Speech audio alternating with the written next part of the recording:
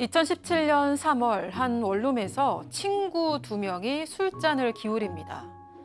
서로 간에 속상한 일도 있었지만 오랜만에 허심탄회한 대화를 나누는데요.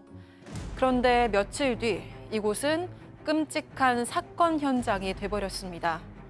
오늘 사건 연구소의 키워드는 악마를 보았답니다. 악마를 보았다. 7년 전 경기도 시흥에서 발생한 사건이네요, 교수님. 네, 2017년 3월에 있었던 일이고요. 119에 신고 전화가 하나 왔습니다. 시흥시의 한 원룸에서 뭔가 타는 냄새가 난다라는 신고가 들어왔어요. 그래서 경찰, 소방대원들이 가서 문을 강제로 열고 들어가서 보니까 이미 불에 타 숨져 있는 피해자를 발견했습니다. 게다가 얼굴과 손가락 일부 지문이 훼손된 상태였는데요. 신원 확인 결과 해당 원룸에서 살고 있던 38세의 여성으로 밝혀졌습니다. 그런데 이 여성의 시신에서 흉기에 찔린 흔적도 나타났습니다. 즉, 불에 타기 전에 이미 살인을 당한 것으로 추측되는 상황이었습니다. 자, 피해자와 용의자들 검거를 했는데 용의자와 피해자가 잘 아는 사이였다면서요? 네, 바로 10년지기 친구였습니다. 피해자 친구인 38세 여성 이 씨가 붙잡혔고요. 이 씨의 동거남인 48세 강 씨도 검거됐습니다. 피해자 지인들은 경찰에 피해자와 이 씨가 채무 문제로 만났었다고 진술을 했습니다. 경찰이 피해자의 집 근처 CCTV에서 이 씨의 모습을 포착하기도 했는데요. 이 씨에게 범행에 대해서 따져 묻자 이 씨는 혐의 일부를 인정했습니다. 당시 피해자는 가해자 이 씨에게 돈 200만 원을 빌려준 뒤에 못 받고 있었던 상황이었고요. 이와 관련해서 이야기를 나누려고 만났던 건데 이때가 2017년 3월 19일이었습니다. 두 사람은 19일 새벽 피해자가 사는 원룸에서 허심탄회한 대화를 나눴고요. 다음 날에도 해장까지 같이 하면서 시간을 보냈다고 합니다. 자, 그럼 뭐 말싸움을 하다가 이렇게 범행으로 이어진 건가요? 그러니까 그렇게 19일이었다고 했지 않습니까? 19일 새벽까지 술 마시고 해장하고 같이 계속 있었던 거예요. 그리고 같은 날 밤 10시쯤부터 빌려준 돈 200만 원을 못 받았다는 걸 가지고 말싸움 실랑이가 벌어졌던 겁니다. 그리고 서로 좀 상처 주는 말도 계속했다고 하는데 그러다가 이 씨에 따르면 자기를 무시하는 말을 했다라고 해요. 그래서 다음 날 새벽, 그러니까 20일 새벽이 된 거죠. 그냥 계속 밤이 이어졌던 겁니다. 그때부터 친구를 끈으로 묶었고요. 네? 움직이지 못하게 된 피해자를 흉기로 무려 40차례나 공격을 했습니다.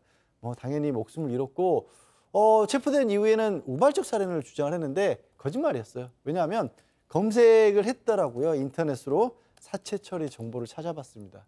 계획적 살인이었던 거죠. 아니 세상에 무슨 옥하심지 10년 친구를 40번이나 휘둘러요. 그러니까요. 경찰에 따르면 이 씨가 피해자를 아마 40번 정도 휘두르는 게 7시간 정도 고문했을 거로서 추정을 하고 있습니다. 고문. 19일 오후 10시부터 지금 흉기를 찔렀는데 뭘 알려고 했냐면 휴대전화 잠금 패턴이나 신용카드 비밀번호를 알려고 했던 것 같고 개인정보 알아서 대출을 받으려고 했던 것 같아요. 만약에 반항하거나 대답을 망설이면 곳곳에 흉기를 찔렀고요.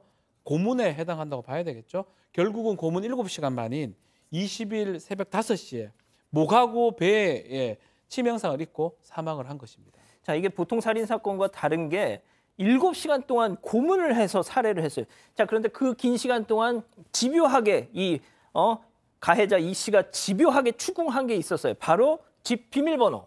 네, 이 피해자를 고문해서 비밀번호를 알아낸 목적이 있었는데요. 바로 증거인멸을 위해서였습니다. 살인범 이 씨는 피해자를 죽인 후에 그대로 방치한 채 도망을 갔었는데요. 범행 6일 뒤인 3월 26일 새벽에 다시 원룸으로 돌아왔습니다. 그러고는 피해자의 시신에 휘발유를 붓고 불을 지른 뒤에 도주했습니다. 하마터면 같은 건물에 사는 이웃들까지 목숨이 위험할 그렇죠. 뻔했는데요. 이 씨는 치밀한 계획까지 세운 걸로 드러났습니다. 지금 나오는 영상이 바로 이 씨의 모습인데요. 이 방화 전에 이 씨가 택시에 내려서 분홍색 옷을 회색 옷으로 갈아입는 모습이 나옵니다. 그리고 방화 후에 돌아가는 길에 또다시 옷을 갈아입었다고 하고요. 뿐만 아니라 이 씨는 피해자를 고문해서 알아낸 개인정보로 1,000만 원을 대출을 받았고 약 일주일 만에 600만 원을 썼다고 합니다. 그렇게 고문을 통해서 알아낸 친구의 개인정보로 대출을 받아서 돈을 썼습니다. 붙잡혔어요. 반성했을까요? 실제 모습 보시죠. 범행 사실 인정하십니까? 아니요, 저도 피해자고요.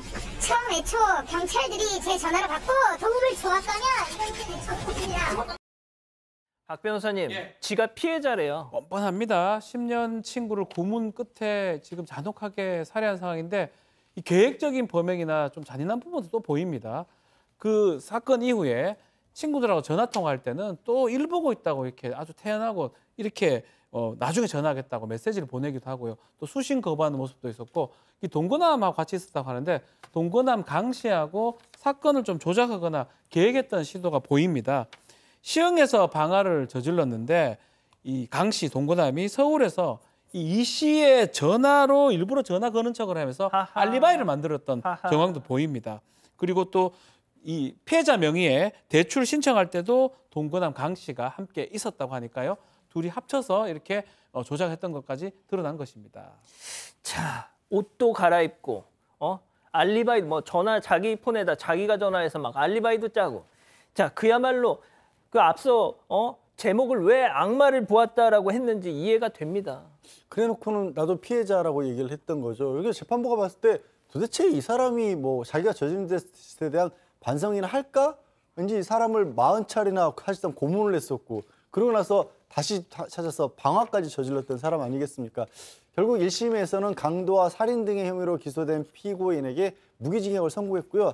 이것도 너무 심하다면서 항소를 했는데 항소심도 용서할 여지가 없다고 봐서 똑같이 무기징역을 유지했습니다.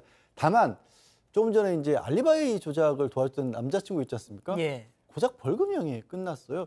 글쎄요, 저게 저런 정도의 범죄인데도 불구하고 살인죄를 알면서 이걸 도와줬는데 벌금형이라 너무 가벼웠던 게 아닌가, 가족도 아니었는데라는 생각도 들고요. 무기징역이라고는 하지만 아시다시피 3분의 2가 지나면 또 가석방될 수도 있거든요. 이제 한 10년이 조금 못 됐는데 예. 그렇게 될 경우에는 한 50대 정도면 출소할 수도 있는 그런 상황이네요.